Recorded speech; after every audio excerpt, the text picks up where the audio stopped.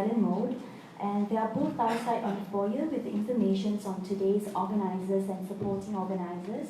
Please do visit them and sign up accordingly. Yang berbahagia Tan Sri James Foong Cheng Yuan, Yang Arif Dato' Lim Chong Fong, Honorable Judges, Tan Sri, Puan Sri, Datin, distinguished guests, members of the bar, ladies and gentlemen. On behalf of the organizer, Asian International Arbitration Center, and Legal Plus Sdn Bhd, as well as the supporting organizers, the Bar Council of Malaysia, and the China Asian Legal Cooperation Center, I wish to welcome all of you to today's seminar titled To Be or Not to Be a Trial Lawyer by none other than our Tan Sri James Foong. My name is Krista Wong, and I'm the Master of Ceremony for this seminar. It is a privilege and great honor to have the presence of Yang Arif Dato' Lim Chong Fong, as well as our guests who have traveled from far and abroad.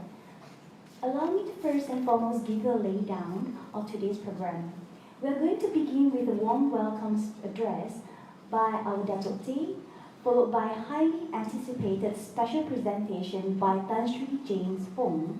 We will then have a short Q&A session, followed by a group photo session, and a networking session followed in the foyer outside. The unprecedented growth of the legal profession over the last 2 decades has come at a cost. Due to a number of reasons, including complexity of claims, clients have become more sophisticated and selective in counsel selection.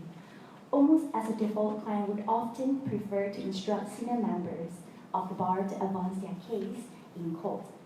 This has arguably translated into a lack of opportunities for the young members to cut their teeth in court, and with utmost respect has turned internally to a diminishing pool of experienced and mid-tier advocates. This unhealthy trend requires intervention. And today's sharing session by our Tan Sri James Foong, To Be or Not to Be a Trial Lawyer, aims to keep young litigators interested in practice and to gain first-hand frontline experience. Ultimately, young lawyers will need time on their feet to gain that vital experience and to grow in confidence and stature. Before we begin with Tan Sri James Foong's presentation, may I now invite Dato' Tay Tai Yong, Vice President of China Asian Legal Cooperation Center, to deliver the welcome address.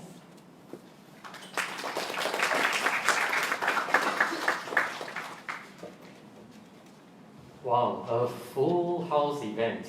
This room is full, and for your information, the other room is almost full as well. Now, to be or not to be, that is the question. It is a famous quote from William Shakespeare reflecting Hamlet's thought about what is the meaning of life and death. He questions the meaning of life and what might mean to die. But that's not the question today at 5:30 p.m. Right? Today's forum is entitled To Be or Not to Be a Trial Lawyer. By analogy, you may interpret it by asking the question, what is the meaning of becoming a lawyer? And what might have been if you are not a lawyer? But looking at the crowd today, it may be a bit too late to ask this question, because some of you are already a practicing lawyer, right? So if this is the case, you may ask, what is the meaning of becoming a trial lawyer? And what might have been if you are not a trial lawyer? All right, before I go deeper into this literature discussion, I must remind myself that I'm not the speaker today. So I shall leave the in-depth discussion to our speaker today. Yang berbahagia Tan Sri James Foong Cheng Yuan, former Federal Court Judge of Malaysia. Yang Arif Dato' Lim Chong Fong, the High Court Judge. Good to have you here. Representative from the organizers and the supporting bodies. First of all, Legal Plus. Catherine is here. Welcome.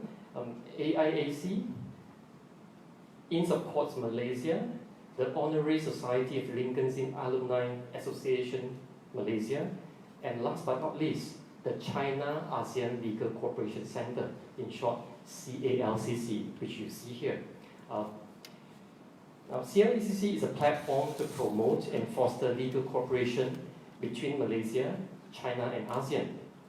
We organize cross-border events, visits, and have networked to legal practitioners, law associations, visits, and have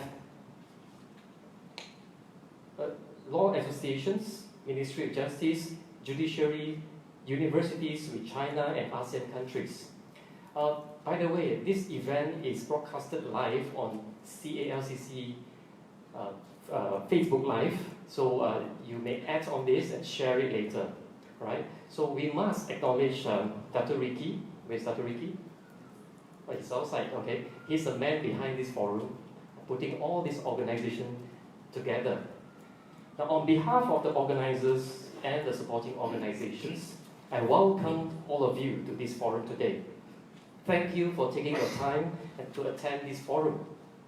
Our utmost appreciation and gratitude goes to Sri James Foong, who has agreed to speak and share his experiences in this forum. When I was a law student, I often read judgments and news reports about the decisions written by Sri James Foong. I told myself, when I grow up, I want to be like him and want to meet him in person. Now, throughout the years on the bench, Sri has presided many high-profile cases, such as Highland Towers case, the land law case on Adorna properties, and chaired the Royal Commission of Inquiry of Death of Teo Peng Hock. For details of these cases and all other cases by Sri James Foong, you may refer to LexisNexis, CLJ, MLJ, or even you can ask Google, well, or Siri if you like. Now, to many people, Sri James Foong is very sharp and very strict. Now, my childhood dream finally came true when I joined CALCC. Me and several members of the CALCC have the opportunity, or rather, should I say the privilege, to meet Sri more often. We meet up from time to time to dine together, to discuss issues and chat about life. He is very supportive of what we do in CALCC. From the days we organized the China ASEAN Legal Forum in Kuala Lumpur many years ago until today. We are honored that Sri James has accepted our invitation to be the honorary advisor of CALCC.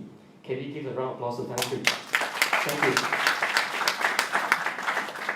Behind the sharp and strict personalities, we see an extremely humble, down-to-earth, and very approachable gentleman. Besides legal cases, he's often ready to share his thoughts about life.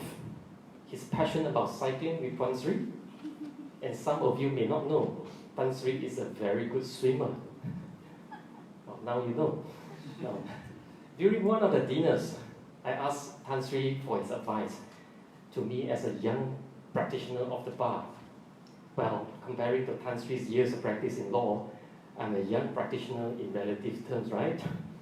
Now, Sri gave me this advice to get an international passport. I asked, what is international passport? Well, I must admit that I have had some glasses of wine during the time, which, by the way, is Sri's favorite drink, I think. So I may not remember his words in verbatim, but basically what I understood is this. The passport means the capability to adapt, to learn and to work in any part around the world. So we must be the global lawyer. In this globalized world, we should not limit our knowledge and expertise in Malaysia. We must expand our legal practice beyond this horizon. Now listen, what I really want to say is please join CALCC so that you have the privilege to speak to Sri. The registration booth is outside. Now, jokes aside, what I really want to say is that we love you, Sri. Thank you for your support all these years, and we look forward to your presentation right after this. Thank you.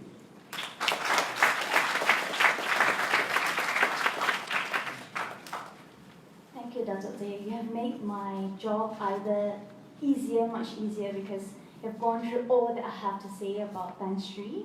And indeed, our beloved Tan Sri has a lot of golden words and has received a few with lunch today.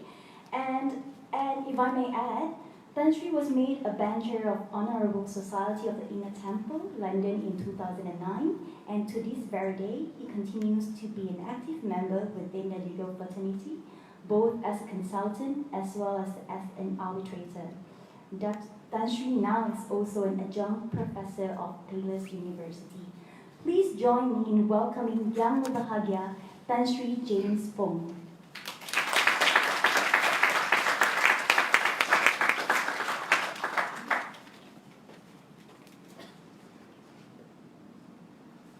Justice Foong,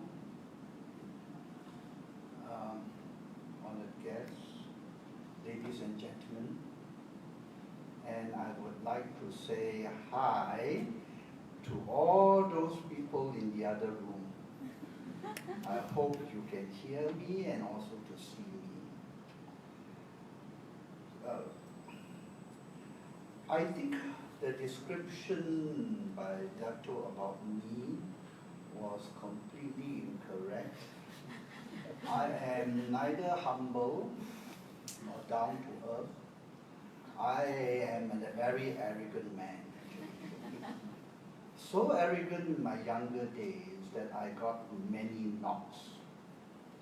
And because of this, I do not want any of you, if you can, to repeat what I have done. And today's talk is all about that.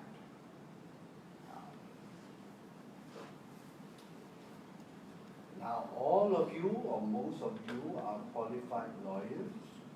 Some will be called to the bar.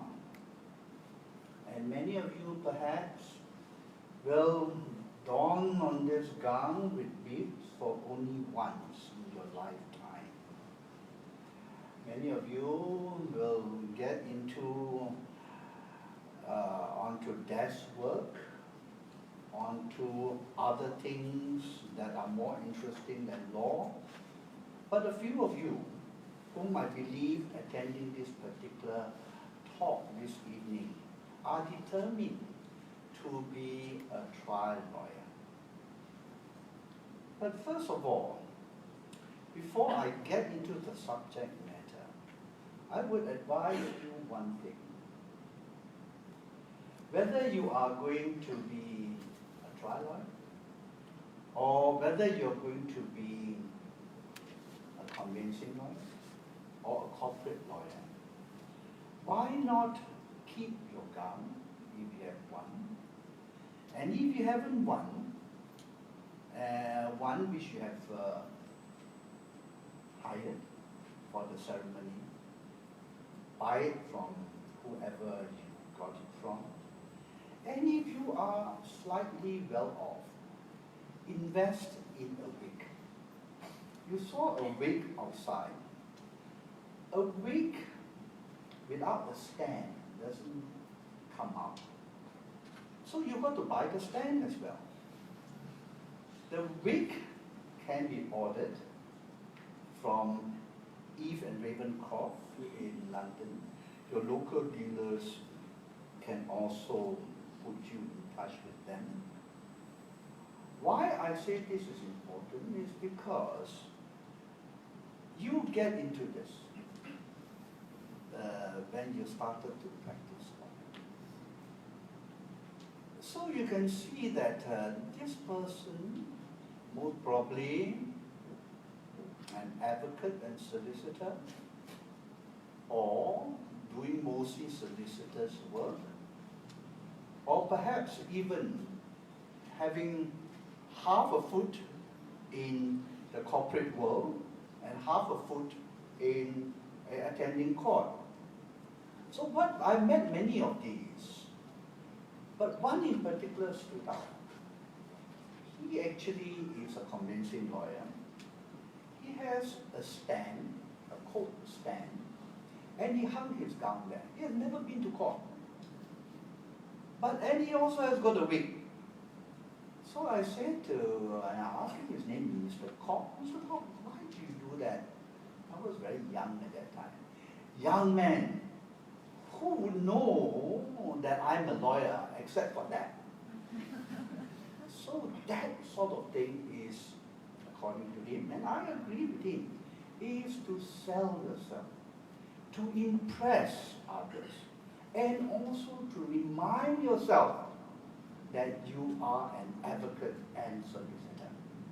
You may not have a need for it, and hope that your grandchildren one day will not start to fiddle with it and have a tussle with the cats. But that robe and gown has got enormous effect. Now, an advocate, a court lawyer, or litigator. My lecture today is mainly targeted and focused on this group of people. This group of people whom many call advocate, some call court lawyer, in other jurisdictions they call them litigators. Now what are they? They are mainly not like barristers, but those who take up a case from start to finish. A barrister, as many of you are aware, only go to court. All the solicitor's work are done by all the solicitor's work are done by the solicitor. All the investigative work, all the pleadings to be filed, drafted perhaps with his final approval, are all done by the solicitor. Here in our country, we have a few professions. We call ourselves advocate and solicitor. But there is a move towards an advocate, a court lawyer, a litigator, and what I now term as a trial lawyer. That means you specialize in going to court, not like barristers, but taking up the case when it is about to go to court, drafting those pleadings and attending meetings with clients and case management with judges and preparing the whole case for trial. Witnesses' statements and bundle of documents and so on and so forth. Now this is what I am going to focus on. Now when we say we are going to be a trial lawyer, what is our objective first? What are we aiming for? We must have an aim first. Of course, winning the case. We all say that we want to win cases. I also want to win cases. But think carefully, what is the ulterior motive or objective of our role as a trial lawyer? And before we even get into this particular area of the law to practice, you also must ask yourself questions. Do you have the qualities? Do you have the temperament? Do you have the interest? Your character? Are you competitive? Do you have the makeup generally for the role? I can tell you one thing, not many people have this, but you can acquire. And if I can today assist you in some of these areas. Now, in our profession, as you all must have been taught in law school, is an adversarial system, not an inquisitorial system.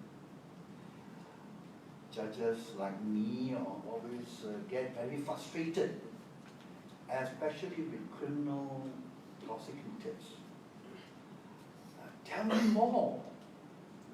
But many of them say that that's not your job. You just listen what we tell you. For example, in a drug case, trafficking in drugs, 39B case, and when I did my first one, I was so disappointed. Why? It's because the prosecutor just stood up and said that on information received, we arrested him in the room. And in the room, we found 40 grams of cocaine or whatever drugs it is. And because it's 40 grams, presumed trafficking. And because it's in the room, presumed possession. Double presumption, if you are aware those days. We had that. So here I am, the inquisitorial type. How did you arrest him? Who gave you that information? None of your business. Same thing with civil work, right? You don't need to tell the judge everything. So only tell him the thing that is relevant. So you can see in an adversarial system, the party who asserts to prove it and the judge stands guided. So you have to be an honest guide. You got to guide him. Guide him to do what? Now, you have to guide him to do this. Judge, confine your scope of inquiry to the perimeters of the pleadings and in a criminal case, the charge before him. Don't get out of line, Judge. This is what you should do.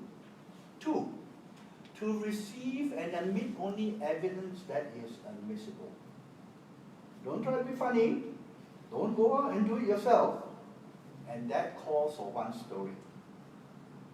I don't know how many of you will recall, there is a good friend of mine, a judge, and he was hearing an appeal of a criminal case. The case is rather unusual, where a magistrate accused the Sessions Court judge of touching his private parts while driving around Penang or Butterworth. And apparently this occurred when they were going around the roundabout. So I think the defense was called, and the High Court appeal was made to the High Court, and this High Court judge says, well, let me try it out. So he took the car. I don't know whether with his wife or with another male partner, that was not told. And he said, cannot be done. Cannot be done. He must be trying to unzip that the companion. And it's a reported case, by the way. It's a reported case. So, came to the Court of Appeal, or at that time Federal Court, and the Federal Court threw it out. Again, none of your business. Only admissible evidence. And if that evidence, you do it yourself, are you an expert? Were you called to the stand to testify? Were you cross-examined to test the veracity of your evidence? No. So, only admissible evidence. And that is why many of you did not realize the importance of the subject of evidence. Why certain evidence are not admitted? Why some of them are? And how to get them admitted? Now, this covers the entire topic and many books on this subject matter. So therefore, you ensure and guide the judge to only admitted evidence. Now then you will tell the judge, please evaluate only this evidence that is before you. Don't come and bring in evidence that you heard from the internet or WhatsApp only those admissible evidence before you. That you got to guide with. Surprisingly, many judges tend to stray out of this arena.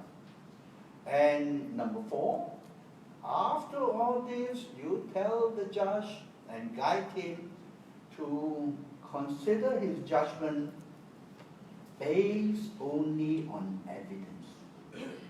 So that is your job, and you make sure you do it well. And the entire lecture today is based on this objective. Many of us just lose sight of it and say that, but I just want to win my case. Evidence, nothing but evidence. Now, so, get your evidence, get in the evidence, for the court can only decide on evidence, and then you arrange them in a package. Like you go to the supermarket, you see shells, soy sauce, oyster sauce. Why do you buy the CALCC? Because it's attractive, right? It's like eye level. You don't go down and then start pulling out one brand when you're not familiar with. But the colors itself takes, attracts you and you focus on it. So, evidence, evidence, and evidence. Now, as a judge, I have on 2 occasions,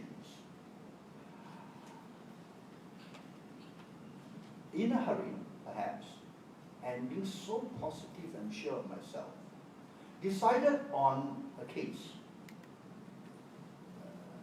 Very seldom I do that. I usually come back, and I write it out. The moment you write out anything, you consider, right? That's why many lawyers and always give advice off the cuff. Be very careful with that. And I've always warned my client, because I'm still a consultant now, that so-and-so told me that it can be done. I said, that is off the cuff, isn't it? You consult him, you only give him certain amount of information, and he, off the cuff, because he wants to impress you, give you an opinion. Care should be attached to it. And I always told my client, if you want to make sure that the lawyer's opinion given is solid, ask him to give you a written opinion. Rest assured, when the written opinion comes, it is quite different, with lots of provisos, subject to this, subject to this, subject to this. You've got to be careful, you can be sued, right? So, now, anyway, back to the case that I gave an impromptu decision and came back to write the judgment and discovered that 2 + 2 doesn't make 4. Wrong. Yeah. Incorrect. Incorrect because I missed out certain part of the evidence. Or certain part of the evidence were not there to support the proposition. So, practically at the end of the judgment, I have got to write there, Court of Appeal overruling, please. But it's very embarrassing. It just reflects on myself. So, knowing what you need to do, i.e. guide the judge and evidence in particular, do you have the qualities to be a trial lawyer? This reminds me of many parental comments of their children. That child of me is very fast, because to parents, only their child is smart, the others are not very clever. See, every time I question him, he always has a reply for me. Therefore, he should be a lawyer. How wrong. How very wrong. In order to be a lawyer, you must have all these 7 of them. 7. And I'm going to go through each and every one. Number 1, ability to communicate. Well, if I can talk, surely I can communicate. But this is very wrong. Because when I went to the United Kingdom to study, I thought during my time, after 14 years of education in Malaysia based on English as a medium of instruction, surely when I go to England, I can speak English. And I went to one place called Nottingham. It was Nottingham College of Technology. It later became Trent. And why I went there? Because I find that I needed a law degree rather than being just a barrister. So, being young, virile, healthy, you started to date girls, right? And at my time, there were only 12 foreign students, so all the rest were all English girls. And of course, you started to say, yes, what is your name? Pardon? Where do you stay? What do you study? Sorry, what do you say? Oh, yeah. And when she spoke to me, equally I couldn't understand what she was trying to say. The accent was very strong, and Nottingham being in the Midlands, near to Yorkshire, and some came from Scotland, even made worse. So it is, pardon, sorry, repeat, after a while forget about it. But that has tremendous effect on me. I practically became a nervous wreck. Though I could understand the lecturers though, except the Scottish, because they speak a bit slower. And they perhaps have what they call Queen's English behind them. When the warden of the hostel I stayed in learned that I was having this depression, suggested that I meet him one evening after supper and suggested a cure to overcome this predicament of mine. So I did, and he took me to a pub. A pub means a bar. And that is how I got very interested in my drinks, how I appreciated my drink. And believe it or not, after 2 drinks, and if you are still standing, I could even sing the Welsh national song.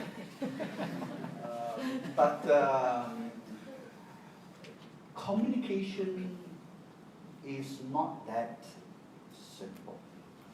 You've got to pay attention to it. Now, this is particularly true on the bench where I witnessed our 3 major races, and now coupled with a lot of East Malaysian coming in. The East Malaysian always end up with bah, ha, you know. The Malays always eat their words. Try to think about it. The Indian, as you know how Indians speak. Chinese, impatient, direct, straightforward, and words are pronounced according to Chinese characters. Not only are they pronounced according to Chinese characters, they are a direct translation of the Chinese characters. Right? So communication becomes very important. Still on communication. I'll go down to communication later. Then you've got to have a sound knowledge of the law and practice and procedure. And you must be prepared to spend time to amass detailed facts and the law. And then you must be systematic, chronological, and logical in your approach, a good command of the language. You must have capacity of innovative thoughts and quick response, and good health. Right? I will start off with the ability to communicate. I have given you an insight of what it's all about. For those who's going to attend court, please beware of one thing. You must speak up. Many a times, I'm sure Justice James Foong would observe, is that those who do not have much confidence will try to hide in a corner. And this is very apparent in the federal court and the courts in Putrajaya. They are huge. And when you're seated up there, those figures are specks to you, very small. And then far right will be a young, usually a Malay lady who will stand up. Now, usually they represent some statutory bodies where they are allowed by law to attend court. And we will say, apa do? Speak up. And then she will try her best. And I was just thinking to myself, why don't you come to the front? Because usually statutory bodies, DPPs, are given special allocated seats. Right? Go to the mic and say, my name is James Foong, or my name is Aisha. I am for the anti-corruption agency. Something like that. Make use of the mic. But many a times, everyone forgot about the mic, not speaking into the mic, and speaking out here. Right? Even with the mic, they forgot that it's a mic and you need to speak onto the mic. The mic is not one of those mobile mic that you can carry around. In the courts, they do not have that. Right? So you need also to dress well. Now, it's rather sad to see, because from the bench, it's like a bird's eye view. You can see a lot of things, you know. And especially the bench in Johor Bahru when I was first sent there. This lady was rushing because she was late, pulled out from her bag a crumpled gown, and then tried to dress herself. Of course, ladies take more time. Right? And in the course of it, caused a lot of remarks being made by other fellow colleagues because she's holding up. And I just pulled her off. And sad to say, she eased herself out of that incident. But she wet herself. Right? So why do you put yourself in such a situation? Well, you are proud of being a lawyer. And just a sidetrack, I'm trying to do a study as to why so many lawyers are debarred. More than other professions. Well, one of the reasons, aside from the very fact that you can hold money in your client's account, and by a very stroke of your pen, where you put your signature, you can draw out millions. That is one temptation. The second thing is, I feel that they are not as proud as a doctor over their qualification. Practically saying, easy to pass lah, upper. But if you are a doctor, how many doctors are being disqualified? Except they get married and become trophy wives. Or they go into business, very few. But very few are being struck off. Because it's very difficult to get a medical degree and very expensive as well. So, proceeding with that, I would like if some of you go to court often and watch some very senior lawyers performing. Look for only one thing, the way they speak. I take for example two characters. One is Dr. Cyrus Das, one of the top 5 lawyers. Listen to him. He has a built-in amplifier. When he speaks, people listen. Pronunciation, miraculous. Then you compare another one. The late Yang Muhammad Kapil Singh. Excellent lawyer. But Kapil Singh is not a good speaker. Right? For those who have witnessed Kapil Singh, it goes something like that. I always imitate this. Oh, my lord, my lord, this case, I only got 1 point. That 1 point you read. I don't waste your time. I only got 1 point. Oh, yes, Mr. Kapil, 1 point. And that 1 point is the killer point. So, you compare these two and see what is the difference, right? There are not many Kapil Singhs around, so it's best that you better train up your diaphragm, go for and ask your spouse to stand afar and say and ask whether they can understand you.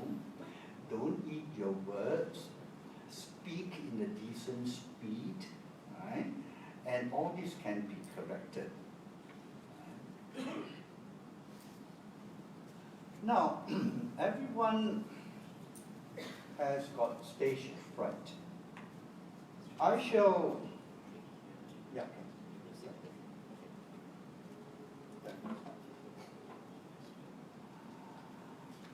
So, this picture actually reminded many of us that we actually stand up and shiver. The first time I gave a public speech was to very young children at a prize giving event after a swimming competition of a club.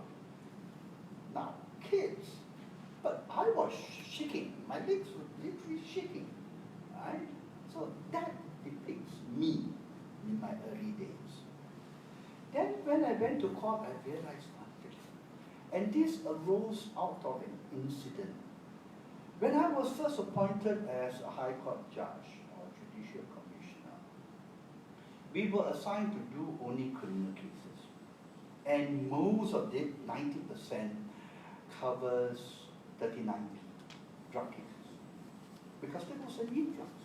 You got to clear the backlog.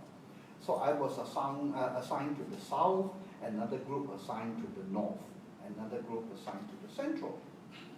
And I was assigned to the south, and later on I volunteered to be a judge there, because Singapore was attractive. So, one day Chief Justice summoned me for a meeting in Kuala Lumpur. It's very normal that when we come up for a meeting, our driver will drive the car up and we fly. I stayed in Shangri-La, I remember, so the car can come up from Johor and take me to the court. The court was, at that time, Dataran Merdeka. First taxi came. I said, why? No aircon. Okay. Second taxi came, jumped in without even asking. I'm late for my appointment. So jumped in, and after about 20 meters or so, the car slowed down. I was sitting at the back, taxi driver in front, and the taxi driver looked at his rear mirror and said, "You are a judge."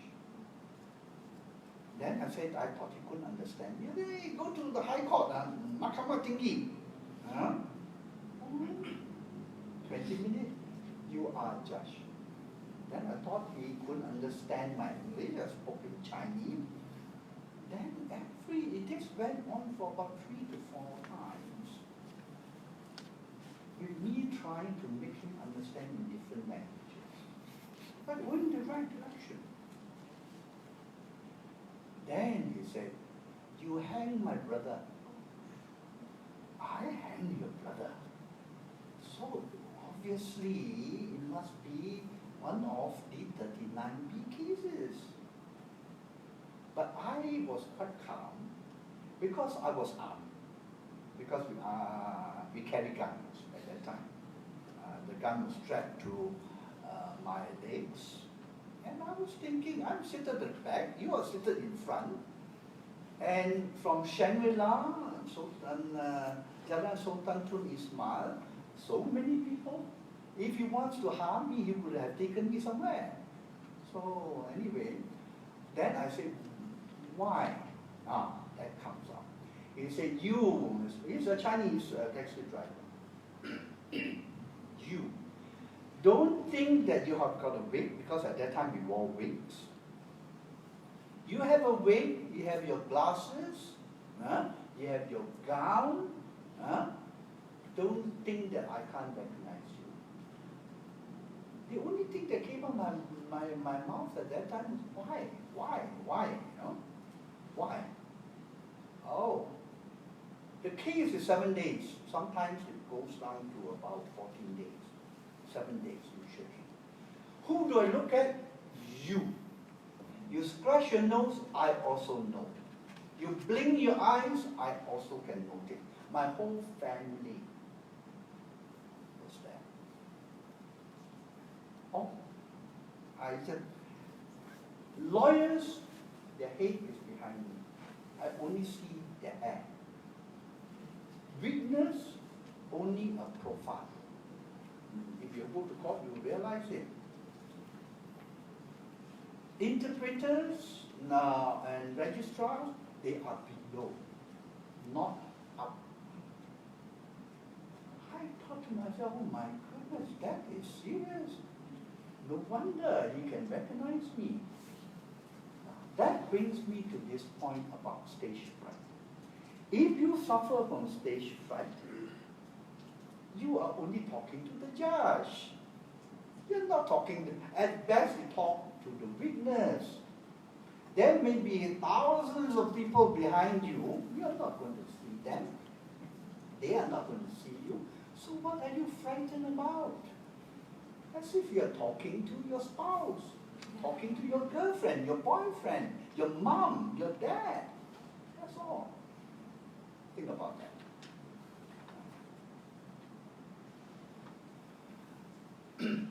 Now, some knowledge of the law, especially evidence and procedure, is important. Evidence I have touched on. Now, knowledge of the law. I realized to my great disappointment, even judges, exception here, especially those coming from the judicial legal service, are not sound in their law. So what do you mean by sound in the law, seriously?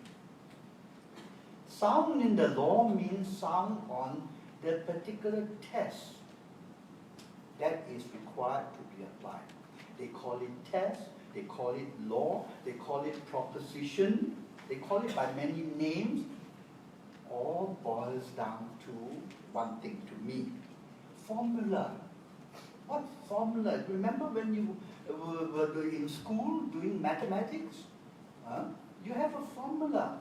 You got to have that formula. So what does that formula contain? Is it a plus sign, or is it a minus sign, or is it divide? Right? So you need the formula. And where do you get this formula? In the law books. So if you have a case on trespass, what is it? That you enter into another person's land whom that person has possession. So you have to enter in order to trespass, right? And that person has legal possession. Think again of the negligence principle. Who is your neighbor? Did you injure your neighbor?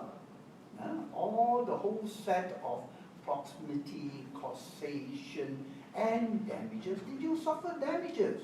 Now, these are all part of the formula or proposition or test where there are ingredients. Very important for you to know them and state them to guide the judge. I have only recently, because I'm now back to practice law in a different manner, I do consultancy work. And in the course of doing consultancy work, my clients are mainly litigants who have lost a case. And when you lost a case, it's like just before going for an operation, you wanted a second opinion, they come to me. And after I've given my opinion, they wanted me to hold the lawyer's hands and walk them through. So in the course of this, I'm also able to read a lot of judgments in both all courts, mainly the High Court, the Court of Appeal judgments. And only about a week ago, I was horrified to find that this judgment, beautifully written, conclusion perhaps right, but did not state the proposition. How can you not state the proposition? Most important thing, as you all know who are in practice, number one, parties. Who are the parties to the case? Number two, what are the issues? Number three, what is the proposition? What text? What law to apply? And number four, apply those to or use the evidence to fit in all the ingredients, right? Whether you have satisfied them. So you can see that this lack in the knowledge of the law still persists. Those who are practicing in civil law, do buy and invest in very expensive book, the common law library called Bullen and Leak. They should have all the principles there. Talking about this, I have another story to tell. And this perhaps applied during my days. Law can be studied in 18 months. In 18 months. So I have a friend who later became my partner. He was a police officer, and he did it in 18 months. And he did it in 18 months, came out, passed, and practiced law. Right? Many a times when we were partners, he will come calling on me and say, "Hey, James, can you handle this client?" I don't know, you can do it. Why do I have to handle him? This relates to trust. I didn't study that. How can you not study? I got to spot questions. 18 months, I have to spot questions. So you don't study the whole syllabus.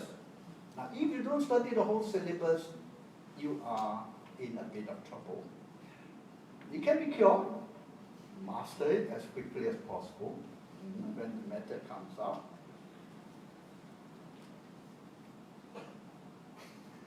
Now, next one is that time. Law is indeed a very jealous mistress. If you want to be a trial lawyer, if tomorrow is the trial, it's like taking a Form 5 exam altogether. You might as well have a campaign. Now you have studio apartment. I was thinking about that. Oh, that's wonderful. I can just pop in and pop out. but it can be very damaging to your partner. And I have one very unfortunate experience of meeting a professor from Cambridge, because I was writing my book and we both got together. Professor of English legal history in Cambridge. He was on St. Catherine's, where Tunku Abdul went. They are given a flat. You don't have to do anything. You practically, meals are eaten in the hall. The whole idea is for you to study, for you to write papers, for you to expand your knowledge and deliver it and share it. That is Oxford and Cambridge and some of the college universities.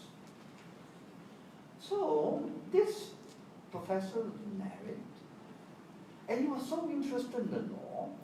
The wife just lived down the road. He never went home, because there in the college you got porter service. You want a cup of tea, you just go down to the hall, letters are sent up to you, until the wife came calling when I was there. Darling, when are you coming home? Bills are not paid. Oh yes, dear, I'm coming. Of course he never went. A few years later, I met him, and I think the name of the wife, Mary or something like that. And how's Mary? Did you say? She committed suicide. So time. Right? Now, I've been through when I became a judge, being asked to give advice. And this advice I'm giving to you now, I've given before, is for those who are not married, to marry the right spouse. I am serious. If you want to be a trial lawyer, and if you want to be a good trial lawyer. I have made an observation of those successful trial lawyers. Many of them have got a very passive wife, who allows them to indulge in their so-called hobby, practice law. So I've been observing what wives do, and one of them started charities, good.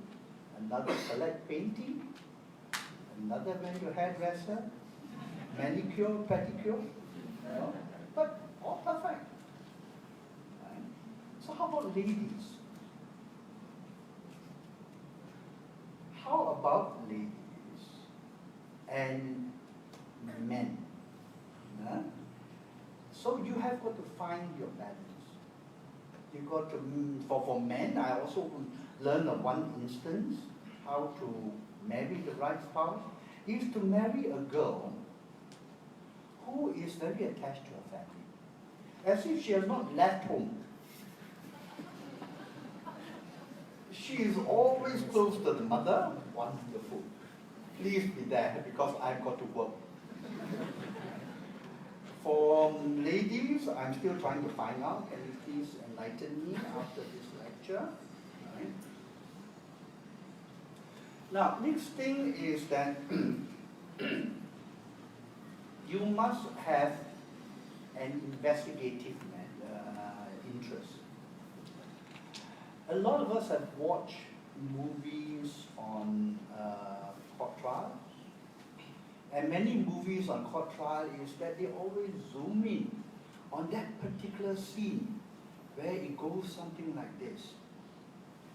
On that day of the 24th of June, were you at this particular place? No. You are certain you're not there?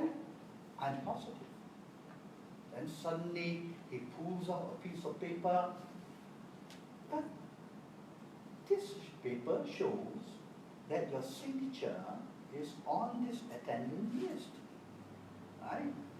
So, and you can see the witness fumble, and the gallery will will practically give their approval, and acclaim how great that particular lawyer is. But do you know that behind that question, how much work has gone into it? Now, we have neglected this area. I recall that when I was a lawyer, I had got to go to the dustbin in the vicinity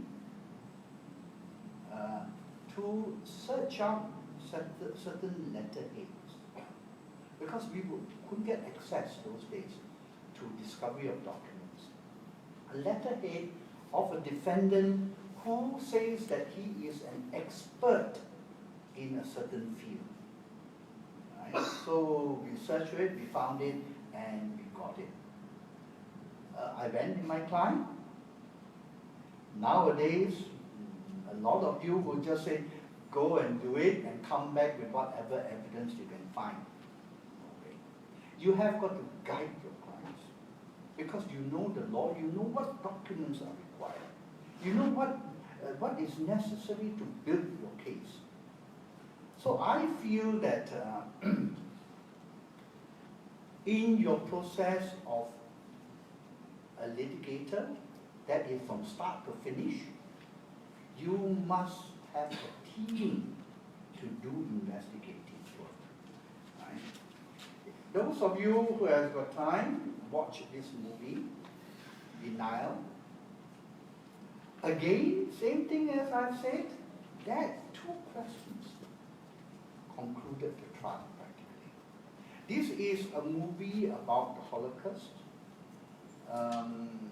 The man on the left, he professed to be a historian, and the girl in the middle is a professor. And the historian said and claimed that the Holocaust did not occur, that the Nazi Germans did not poison the Jews. So the professor, she's Jewish, and it's a true story, by the way, and she said that it did.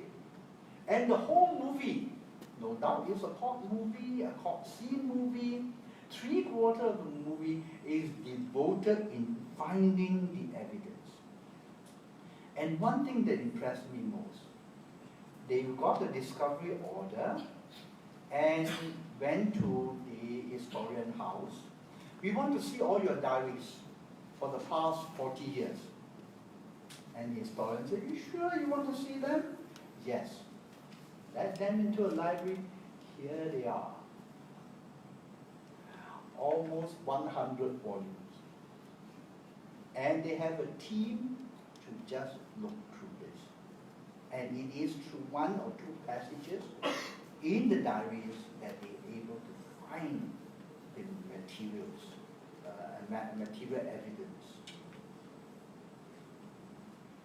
Now, next thing is that communicate, we have talked about that, but no point in talking and babbling away without a very systematic, chronological, and logical manner.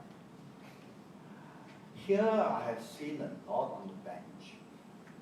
I'm sure Mrs. Lim has also seen a lot of this. And you can really tear your hair out, especially when you're short of time. The federal court is one place you dread on a Monday morning, because all the files will come in, all the applications for leave will come in. It depends on how you are going to, number one, frame your question, how you're going to present your story after having 2 stages of trial. What is important, and how in a chronological and attractive manner you can present it. Remember what I told you about Likamki? Think about Likamki. Why are some acts more attractive to others?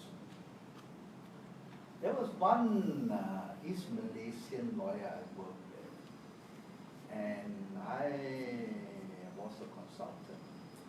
And he showed me his draft. I look at it, and this is exactly what happened. I look at it. slightly colored. Every word is highlighted. It's not only highlighted in yellow or red, it's blue, it's purple, it's green, every word is highlighted. So I said, wow, no one is going to read it. And not only is highlighted, font size differ. Some big, some small. I said, what are you trying to do? Highlight. Highlight. You highlight everything. That is one, and I'm trying to still get a copy of it. And that is, I'm going to frame it up for as an exhibit actually. Then you have others. Another one I still remember. This was leave to the federal court. I said to Mr. Leong, senior counsel, how many pages is this? This only leave application to the federal court. 110. 110. Who's going to read it?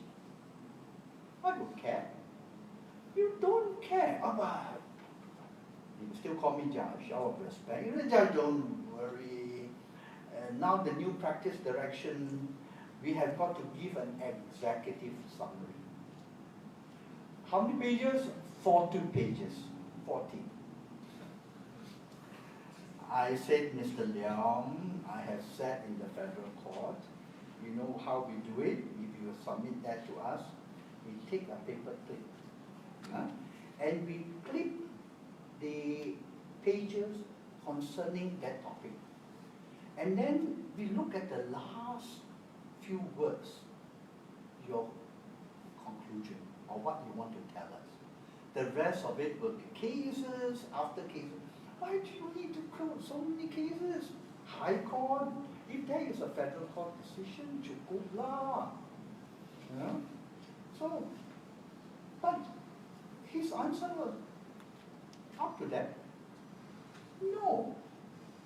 You can't be a good guy if you are going to leave that to the judges to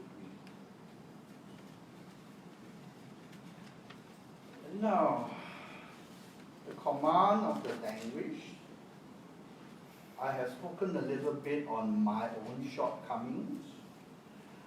The only thing I like to elaborate is that it is very painful to ears if you do not speak well. We do not expect you to speak perfect.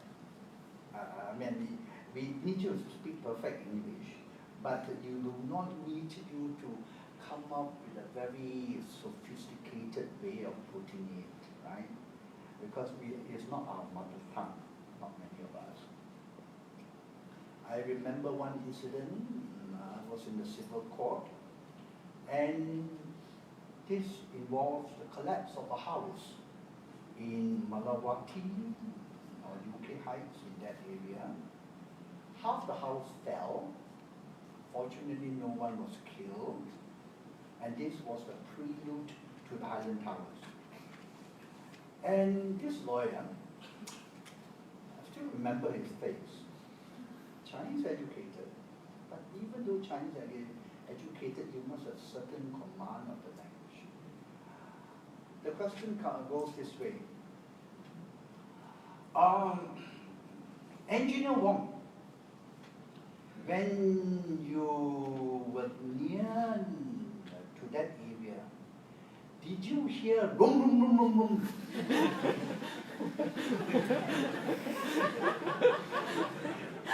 Mr. Chan, how to spell this boom, boom? No. You know, the sound is lum, lum, lum, lum, lum, lum. I said, oh, yeah, okay. Another one is the Highland Tower case. It took many months. It was one of my very interesting cases, where, as you all know, one tower collapsed, right? And the other two still standing. And represented by very senior lawyers. One was a Malay gentleman, and he was trying to cross-examine a professor. There were two experts, One is a PhD holder, the other one is a professor from Imperial College London, all very highly qualified. And the question went this way. Dr. Reeves, remember that day, on the hill, there, the slope line, got vegetables or not? Got vegetables or not? Sorry, what the council was saying? Vegetable. One senior counsel couldn't take it. You mean vegetation? Oh, yeah. Now, this mistake should not be made. You can't make this mistake. This is too elementary. So, now the other thing is that the command of language for those who practice is try to identify keywords in your presentation. Judges like that. Words like deep pockets. It registers buyer's remorse. Deep fake. You now know what deep fake is all about. So they can borrow these words from you. And when being a judge has got one advantage, I listen to you, you teach me the law, and then I take what you have written, I compare the two, I select it, then I write a short story about it, I sign my name. James Foong is the best judge, very clever, very sharp. But who are the sharp people? You. I get credit. Right? I was just always wondering, when we studied Denning on, remember, it is a shield and not a sword. Right? All this. Who coined those words, seriously? Maybe the council. Right? Of course, he is very good in English as well. I'm not doubting. I'm just saying that there could be a certain amount of assistance. I remember the lawyer who argued and practically invented the Mariba injunction. He later on became an English judge and became very good friends. Both of us became very good friends. And he told me that Denning has always a liking for him. I said, why? Well, I taught him Mariba. Otherwise, who knows what Mariba is all about? So you lawyers are the people to assist the judge. Right? Remember, guide him. Don't say assist, guide him. Just like if you want to, the wives are very good at this. If you want to send certain message to her husband, you tell her to whisper to him. Don't tell a man directly. But when you whisper, they will listen. So same thing with judges, you also guide him. Right? Now you need also to be witty, inventive, thought, shrewdness, sharp, as compared to one who is intellectually sound but can only formulate opinions after prolonged consideration. I have that problem. Many of you have that problem.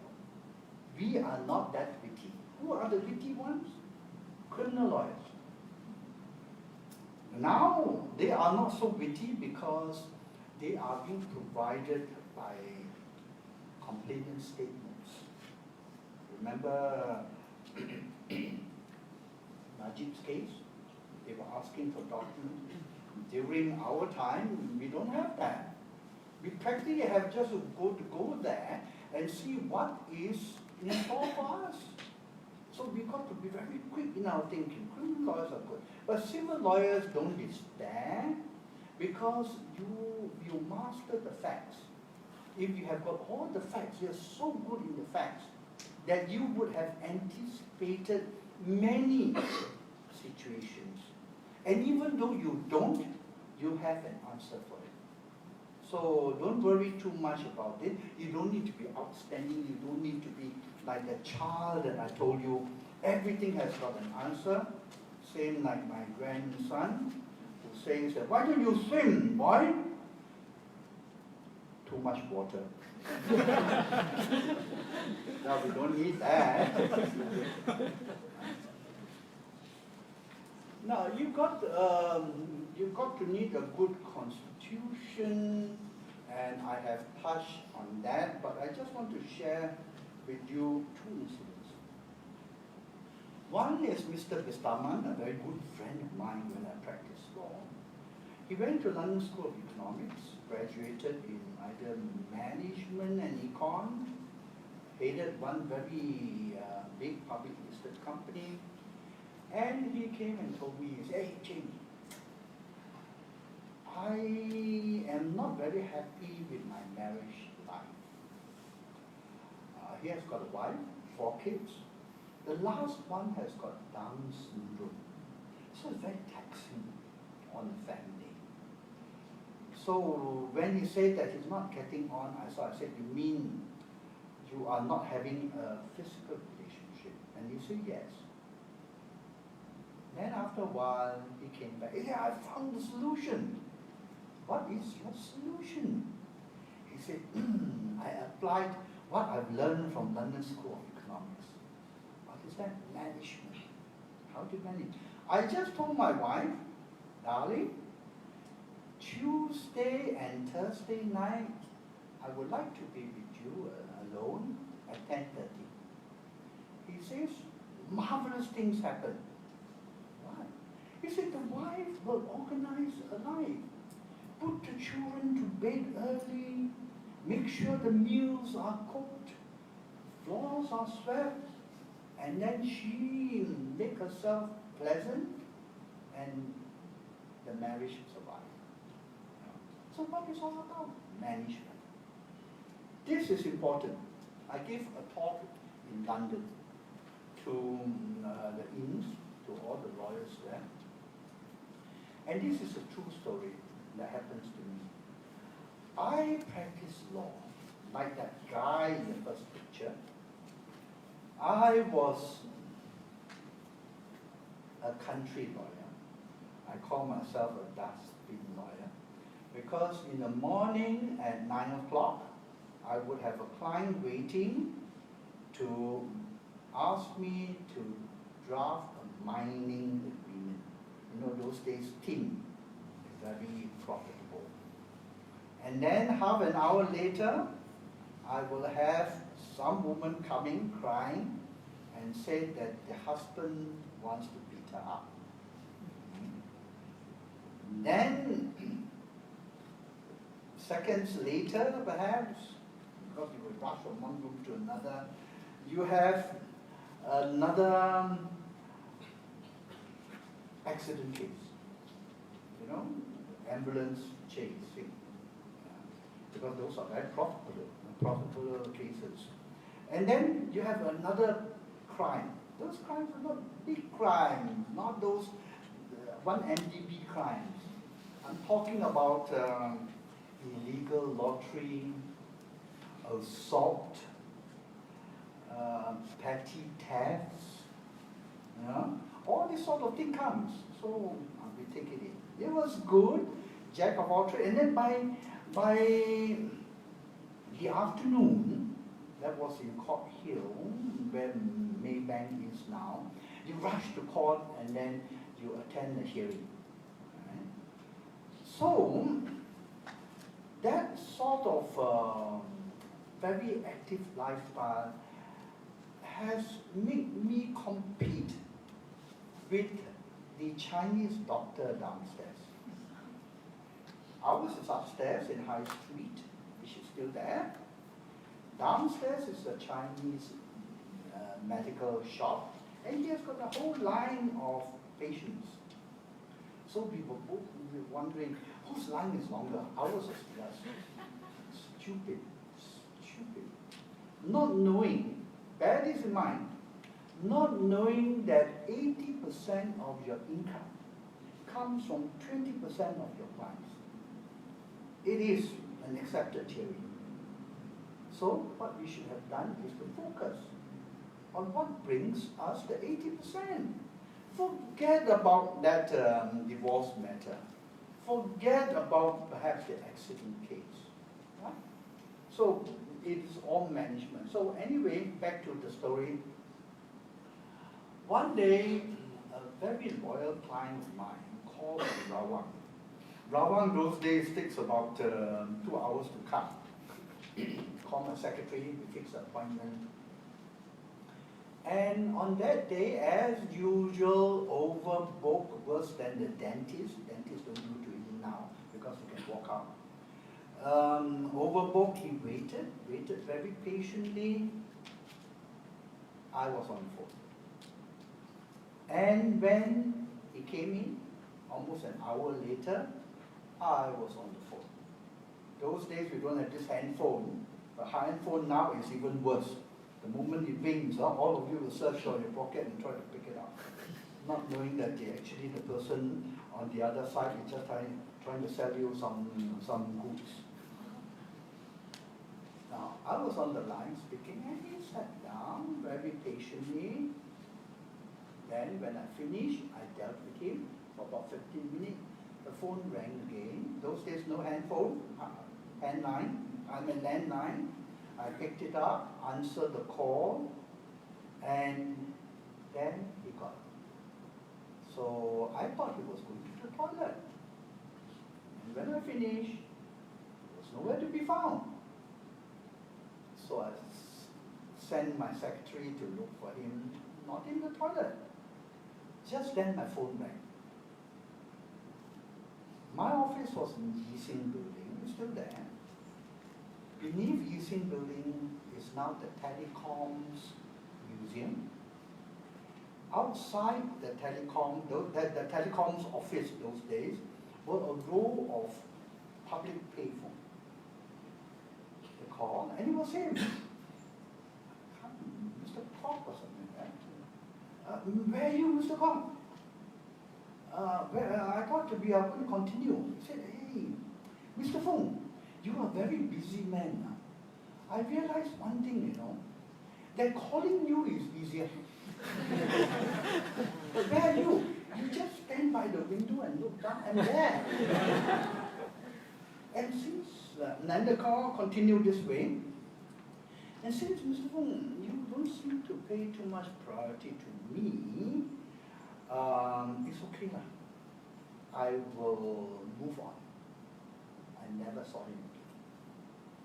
Disgraceful, I was ashamed of myself, and I told never to repeat. And I went a bit further.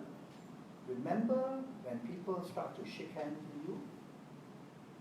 Many of them will shake hands, and before you even say hello to him, you never look on him, you move on. Do you feel offended? I feel very offended. So whenever I shake hands with you, I look at you in the eye, hello, hello, hello, hello, hello. That's the way with your handphone as well. Control your line of communication. Don't make the mistakes as I have done. Now, where was I? Now, here I have spoke about having a good constitution.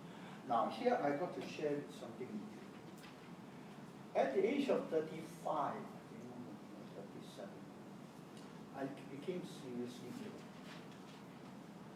I was overworked. Marriage was almost on the verge of collapse. Children I haven't seen. Golf is more important. Of course, work. I was the marketing man. I was the management man. I was the finance person. I'm also the production man. And I'm also the man to convey the message to the judge, because I've got to argue the case before. all in one. I don't know, I hope none of you will do, is doing what I did. So I became very ill and had to be operated. I said, oh my God, I'm going to die. One thing that actually resuscitated me was the nurses and the doctors. Whoever came into that room, I had it operated in Singapore because I don't want anyone to come and disturb me, come into the room, so young. Oh my God, so young. I really don't like it. So after the operation, I said, asked the doctor, what shall I do? Doctors are usually the same, go back and do your normal routine. I said, no. Something caused the illness. What caused it, I must know. And I took 2 years off. 2 years. I just told my partner, all you need to do is give me 2,000 a month. I want to find myself. So I took 2 years to find myself. And I came up with this. After 2 years, I came up with this principle, which has guided me almost 40 years now, that you must have peace of mind. Please don't repeat what I have done. Peace of mind. Very difficult to achieve, subjective, right?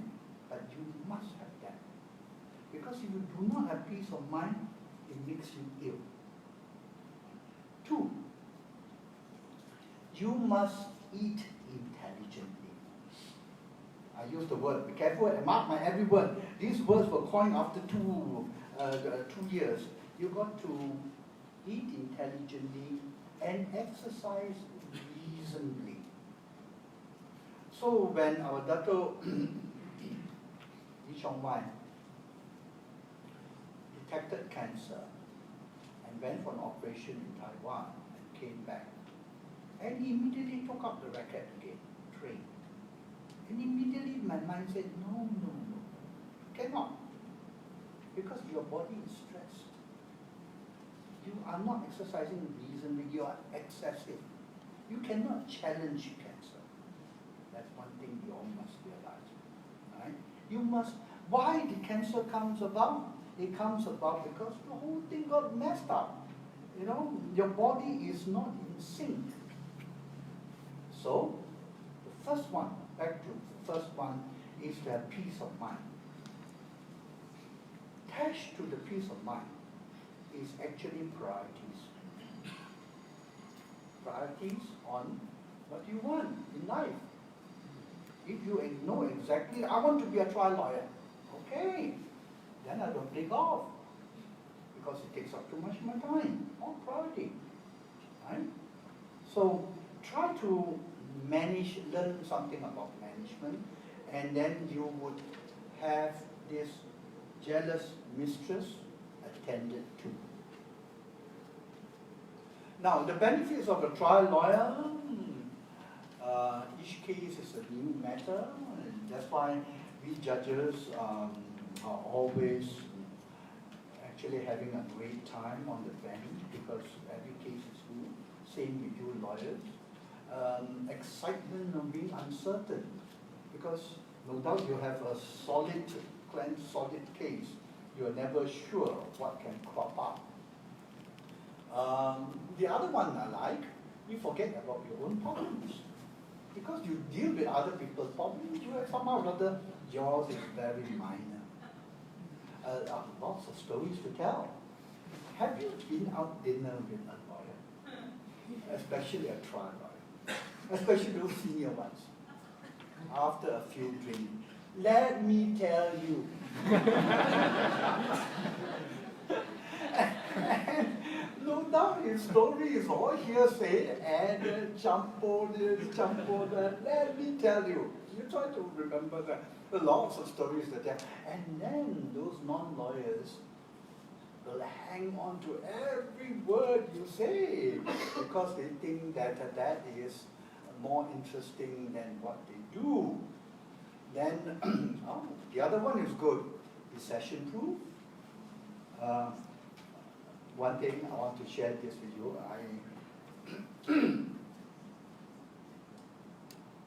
Only the other day I have a trial lawyer who came up to me. I said, "How are things?" And she said, "Not very good, lah, Judge. Why? Collection. Why? Oil and gas not paying. You know, downturn." And quickly my mind started to turn.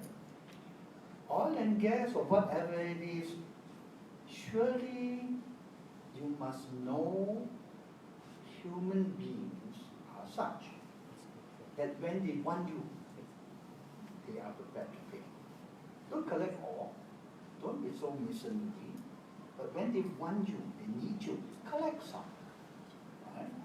So recession-proof, a variety. Of course, you can have a variety of work, but more are moving on to a specific field. Now, the other thing about being a trial lawyer is stepping stones. Now, this is something that I have been formulating for years. Now, for the first 7 years, year 1 to year 7, life as a trial lawyer, very interesting, because you're experiencing new things, right? And if you work in a big firm, you're slowly being promoted. Pay also goes with it, right? Then when you get onto the 8th year, you hit a plateau. You try to think back, maybe sometimes longer, but it's around that. You hit a plateau. And that is the time they say, I'm burned out. Perhaps I should start a family. Perhaps I should go into business. Politics is another one, because by then you know a little bit of the law, people trust you a little bit, you meet more people. Then the next one, the climb is after the 15 years, you see the climb is very steep, right? Then you reach another small plateau, only small. And then you're on the top. You're on the top. Because by then, either all your friends would have died off, exhausted, given up. Now, during my time, I had 3 who went to jail. And the interesting thing is that all 3 went to jail almost at the same time. Not for the same crime, no. And they were having a very elite group inside there. So you can see that a lot of them went bankrupt. A lot of them just give up. So that climb is like Everest. If you make it, you will be beneficial to you, both rewards monetarily. Now, alternative reason for the change, I've listed out just now. Alternatives available. You have acquired greater knowledge. You may be drafted to be in-house lawyers, right? You are in greater demand. You have greater experience in dealing with people, exposed to a wider group of acquaintances. Then you are confident to venture into perhaps competing with Starbucks or one of the apps you may have developed and go into startups. You may get married. Oh, talking about getting married.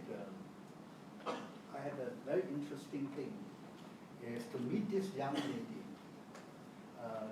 2 nights ago.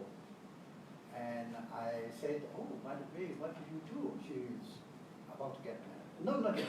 She's on her 3rd day. I said, I'm a doctor. Wow. You see, immediately I noticed the boyfriend. I was observing the boyfriend. Took a deep breath. So proud. So same with all of you. My wife is a lawyer.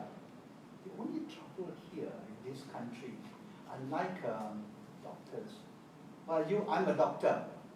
Dr. Wong, Dr. Chan, Dr. Aziz.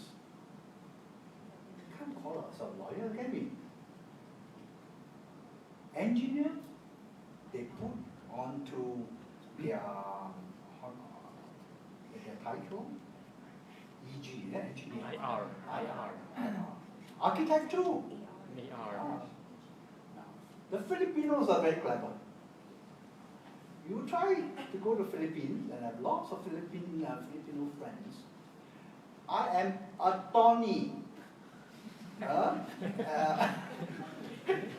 The way they pronounce the word attorney is attorney recluse. Lawyer. So I just wonder whether your bar council could change it a little bit and say, I'm an attorney in the future. So you have got that. Now, I would like to just very quickly talk about globalization, but the world is moving so fast. It's now to de-globalization.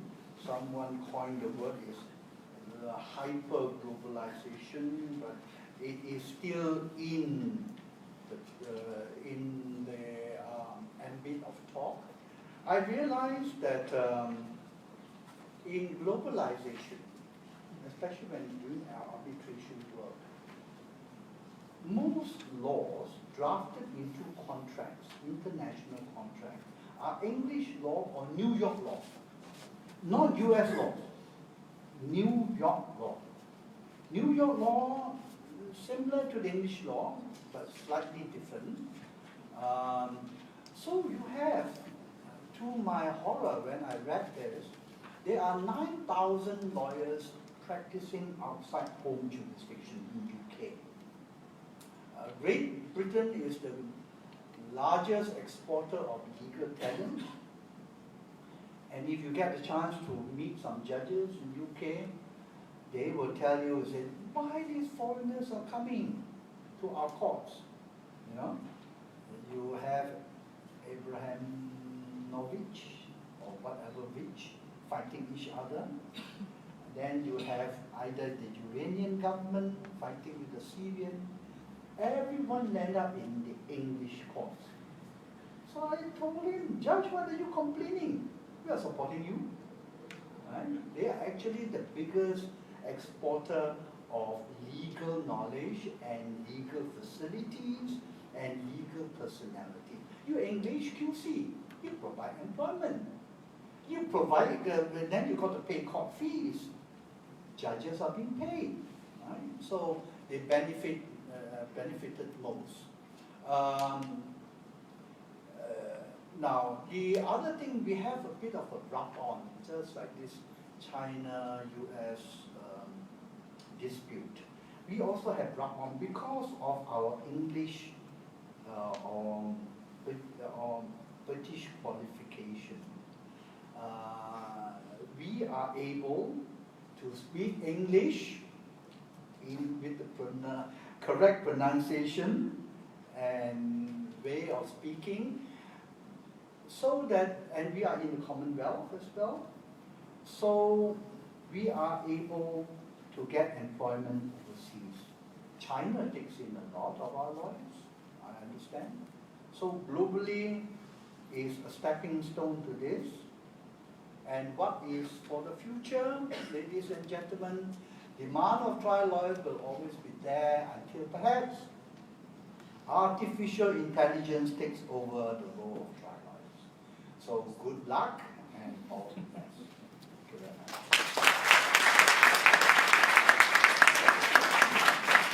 Thank you very much, Tan Sri. Can I invite Tan Sri to join us at the quick Q&A session? Yeah, I will.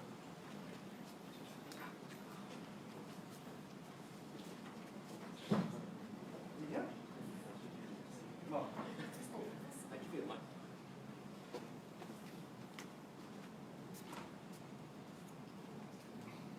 Okay. Firstly, thank you so much for the very insightful talk earlier, and I'm sure all of us benefited. Now, since we have completed the entire lecture and we just want to... Can the other room see us? Can the other room see us? We are seated down. Yes, I think I better stand up because the camera is Tilted. yeah, tilted up, no? Yep. Yeah, I think, Maybe we- no? I Maybe better someone stand can up here. check for us. Okay, so now we're going to have a quick 10-question session. And I will want Tan Sri to just answer quickly all the questions in 3 seconds. Not all the questions, so per question in 3 seconds. Firstly, do you love law? Do I love one? Law. 1, 2. I have grown accustomed to it. Was it love at first sight? Don't even know what it is all about. And you mentioned law is a jealous mistress, and there is a perception that work-life balance is something not associated to our line. Is this work-life balance, to your perspective, achievable? Yes, through management.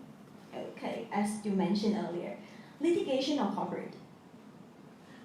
Well, for those who came for today's talk, is litigation. Otherwise, you won't be here. Cycling or swimming? This is a tough Swim. one. I got to emphasize something else. I swim.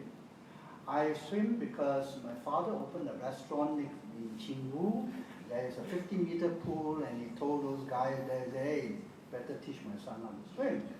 At the age of 8, I have been a competitive swimmer. I've done all those sorts of championship. Until one day, someone persuaded me when on my 70th birthday, he said, Tan Sri, join the masters. Wow, what is this? Swimming by age group. Oh, these are all the seniors, 35 to 40, 40 to 45 and all that. Okay, not bad. I'm 70 years of age, and 70 to 75, surely I'm the youngest, isn't it? So I joined. And of course, I still swim, but the pool, when those who swim, get into the plunging block, it is very high. Those days wasn't that high, but somehow or other they are very high. So, man, wow, I did not know the competition was a regional meet. Hong Kong, Macau. I'm able to keep up. Halfway, a little voice came to me, James, what are you trying to prove? What happened if your heart stopped? Is it worth it? You have done all this before. How many more medals do you want? Then I thought to myself, yeah. So I took my time and finished it. That was my latest swimming competition. I still swim anyway. Every day I still swim. Guys, I think that deserves a round of applause. Right? I think I'll complete my next marathon soon, or start doing that. Okay, next. What are your success habits? 3. Success habit. Yes. Number 1. Know what you want. Second one. Manage. Third one. Love your spouse. That sounds really good. Okay, what mistakes have you made along the way? Number 1. I've told you all just now. Every one of those of my mistake. Don't repeat what I've done. It's stupid. I told you. Great. What was the hardest decision you ever had to make? No.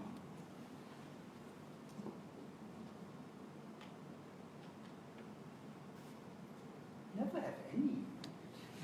What about the 2 years gap? Because if you're asking to take 2 years off now to, you know, leave the practice, and I probably would struggle a lot. No, No? yeah, I was very clear in my thinking. I know exactly what I wanted. I know what caused. I want to know all about cancer. I had cancer actually.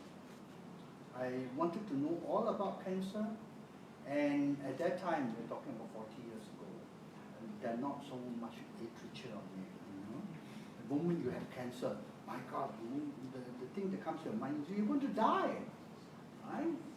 And true enough, the friends that I was with, sharing our thoughts, went one by one. Am I lucky? God is kind to me, but I still boils down to my management. Management. Perhaps I was able to manage my life, manage my priority. Thank you so much for sharing that part with us. Yes, if you can start all over again, would you still wish and want to be a judge, or would you have chosen a different path? Yeah, I would be a commercial artist. That was my passion. Okay. The next question. I mean, I'm gonna ask another 3 questions, and then after, or perhaps the last one, before I open it up to the floor, because only fair that way. What concrete things does Legal Plus do to help young lawyers to develop and maximize their potentials? For those who do not know Legal Plus is a company, Legal Plus in Life. It is, there are only 3 directors, 3 shareholders, all over the age of retirement, all retired but refuse to retire. One is the Tun Zaki Azmi, former Chief Justice of Malaysia. Then you have Catherine Yu, the most adorable executive secretary of the Bar Council. I knew Catherine when we were both very young, very young, you know. And so Catherine came up one day and said, hey, why don't we do something that we organize conferences only on law? It works very well because we are in contact with a lot of people. If I were to ask Jocelyn whether he can help out in the next talk, probably he would, right? It's free anyway, pro bono, you don't get anything. Then we organize conferences of all, not of all kind, everything to do with law, cyber law, holiday law, construction law, and so on and so forth. So we continue to do this as much as we can, and particularly this type of session, we would like to say something about it. It all started by one young lawyer who was very frustrated. She came up and said, Judge, every time I go into a function, I wanted to go and meet you. You're always with this group of senior people, and we don't have a chance to speak to you. So is it true? It's true. Then I start to think back. Is the moment we arrive, especially a sitting judge, you get this crowd of people around him. They are around him not because they wanted to carry any favor. It's just because they were contemporaries. It's just, I know you from young, I know Catherine, and we are familiar with each other. So these young lawyers are not getting through to us, right? So we thought about it, and we started to have a group of 15 people only to meet judge. We have Justice Prasad, retired federal court, who gave a talk. Justice John O'Hara also gave a talk. I gave one, and this is the biggest, because I was thinking, why don't we reach to more people? And we are going to continue to do that. Right? Anyway, another story. Sure. The trouble is that we do manage to get through some lawyers. And this group of young lady lawyers came up to me. I had a few drinks, and they said, Judge, what we should do when we appear in court? And I just casually say, wear black stockings. That's what I said. About a week or two later, I said, wear black stockings and smile. So about 2 or 3 weeks later, in my court in Denmark, Denmark, this lady came smiling, you know. Hey, I said, young lady, this is a serious case, you know. I mean, no laughing matter. And then she still nodded and very polite, and when she got up, black stockings. So be careful when you speak to a judge when he has a few drinks. That is a very good reminder. All right, now that we know that Legal Plus, together with CALCC, actually provides platform for young practitioners or students to learn more about law, or to at least have a chance to speak with a judge and to learn from them firsthand what judges expect actually from the young practitioners. That is a really, really good message that want to send across through this platform as well as others. Okay, now from the floor, can we have questions from maybe attendees from this seminar room, and then we will ask from seminar room number 2. Any burning questions? Don't be afraid. I think they have enough of me.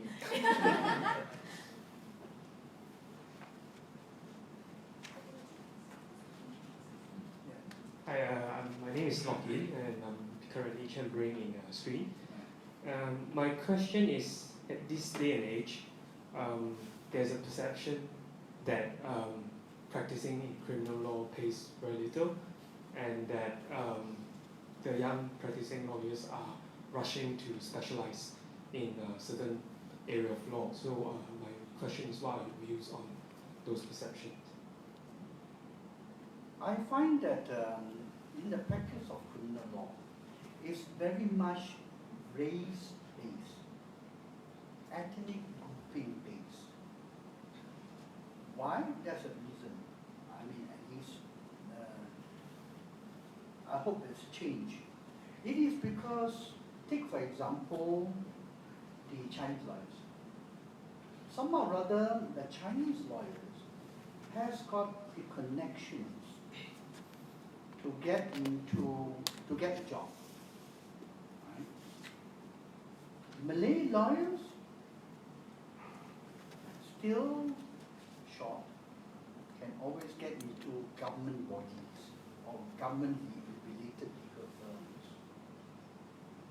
Then leave only the Indian lawyers. When you have to survive, you just pick on. But I give an instance of my brother, Sri James Foong. Sri Foong, many of you may know him. He practiced crime, quite a fair bit of crime, and it's because of me. He was studying, and one day he came to my court and saw me doing 39B cases, drug cases. And then he said, what shall I do, brother? I said, why don't you don't have a rich uncle, your dad is dead, I'm on the bench, I sold my firm, so why don't you practice crime? It pays. It pays very well. If I were to start all over again, I would take crime. Also, very good reason, you don't need capital. What capital do you need? The only capital you need is to perhaps pay the person who introduced you to the case. Right? That's about all. What else? Do you need a driver? You can drive yourself. A dispatch club? Or dispatch what? No bleedings.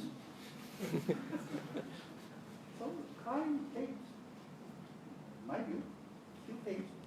But some or other, you think about it. Chinese lawyers, how many of us practice who are about our contemporaries? They're all very successful. Those who practice crime, very successful. So I think it pays.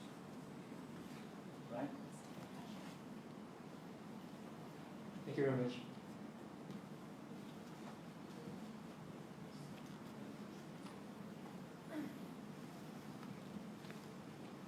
Hello. Hi, good evening, Tan Sri. Thank you so much for that very valuable informative session. I learned a lot today. My name is Sabrina.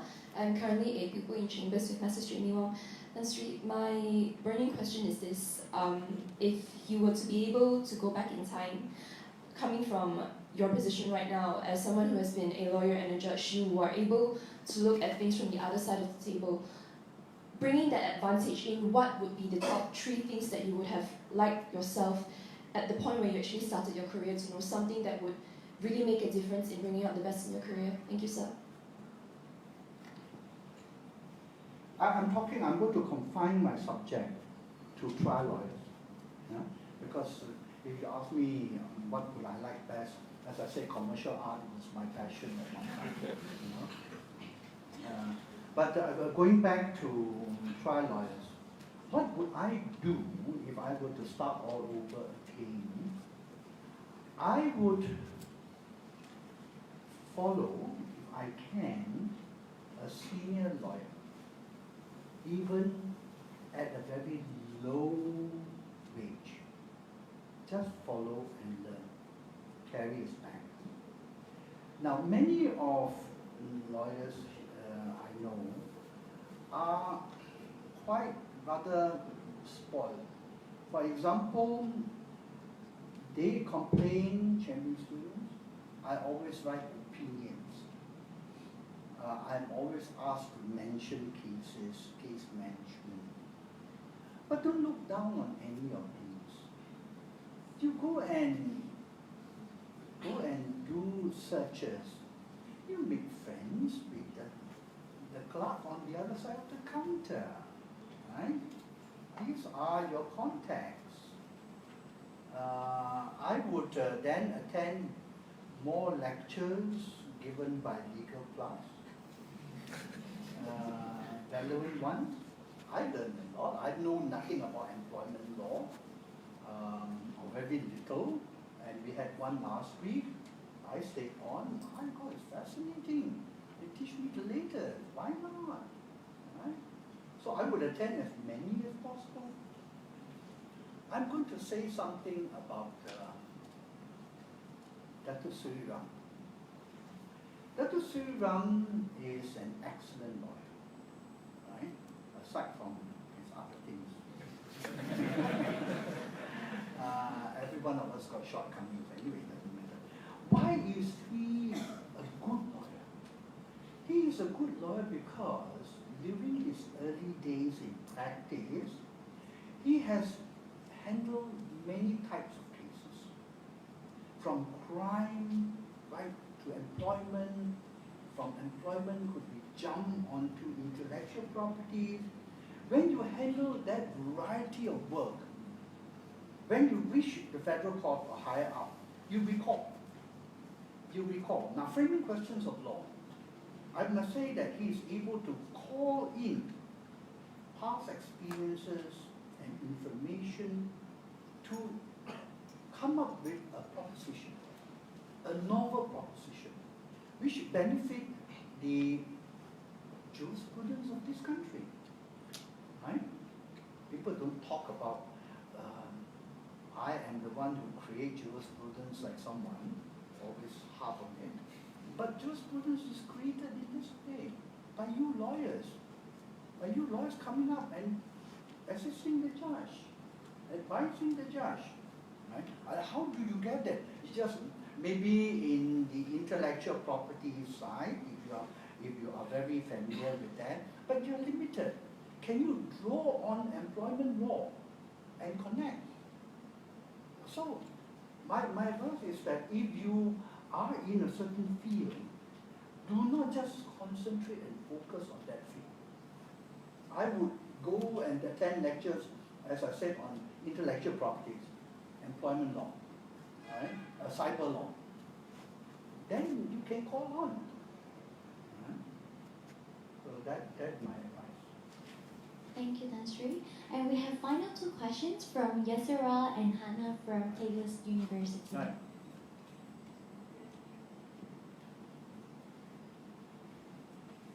Good evening, Tan Sri. I am Yasira Goha, currently a law student from Taylor's University. Back then, my question is, back then, of course, maybe today as well, being a consultant, but while you were handling cases, back then, certain cases may consume so much time and thinking, which sometimes lead to dead end before figuring out the real decisions. What has been the motivation or aspiration that kept you going, and how do you advise the young lawyers to handle such cases?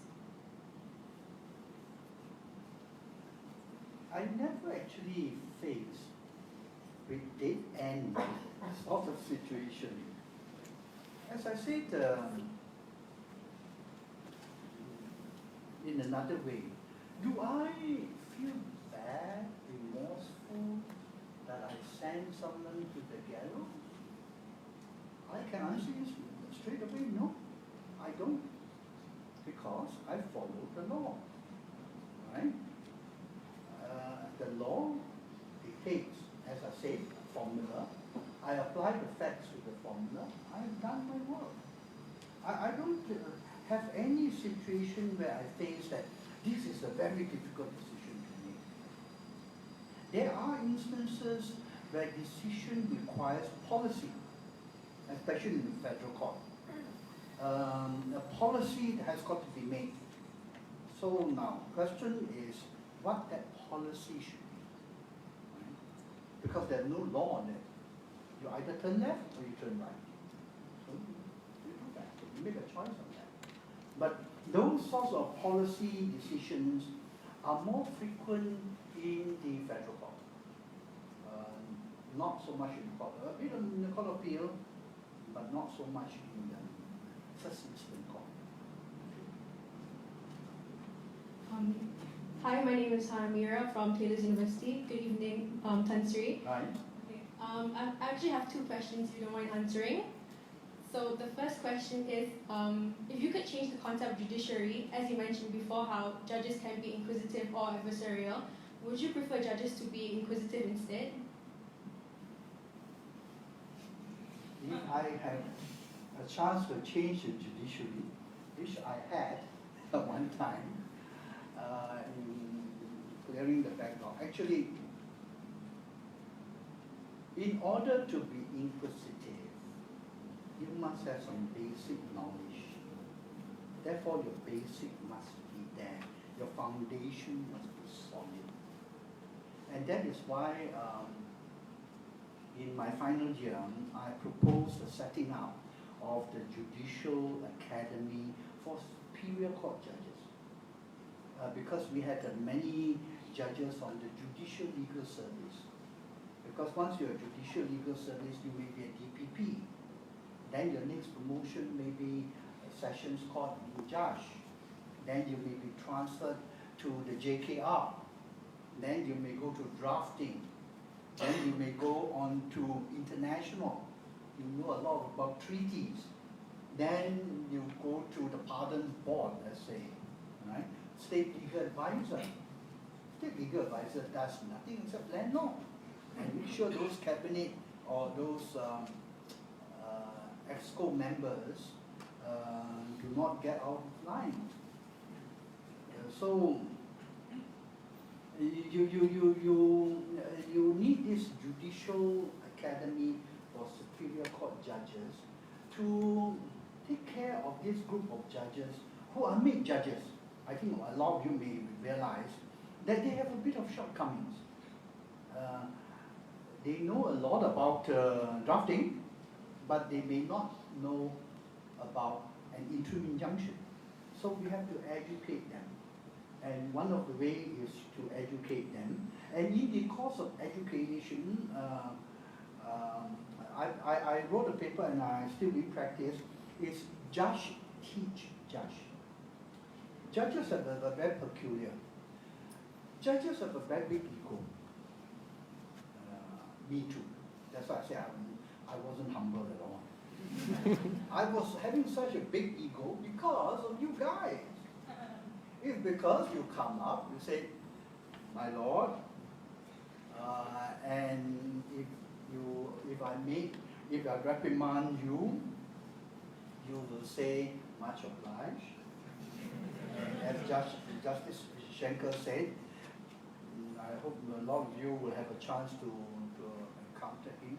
He says, James, you have the best chair in the theatre. You press one button. Proceedings commence.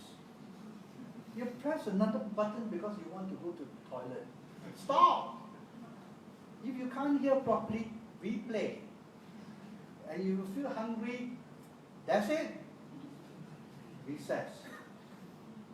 So you have judges who has got to be handled with care. Right? Then bring them down from the high horse. Educate them very carefully. And then they become sensitive. Also, my next question, has there been a case that you've handled that's impacted you negatively or positively?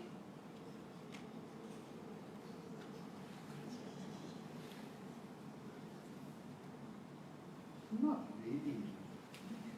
But that is my character because I feel that 24 hours a day is not enough. I must live 25 hours, that's really anyway. And I got to manage that myself. So, things that happen, I don't store it.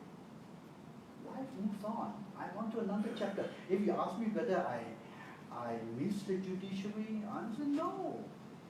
I want to new life. You know?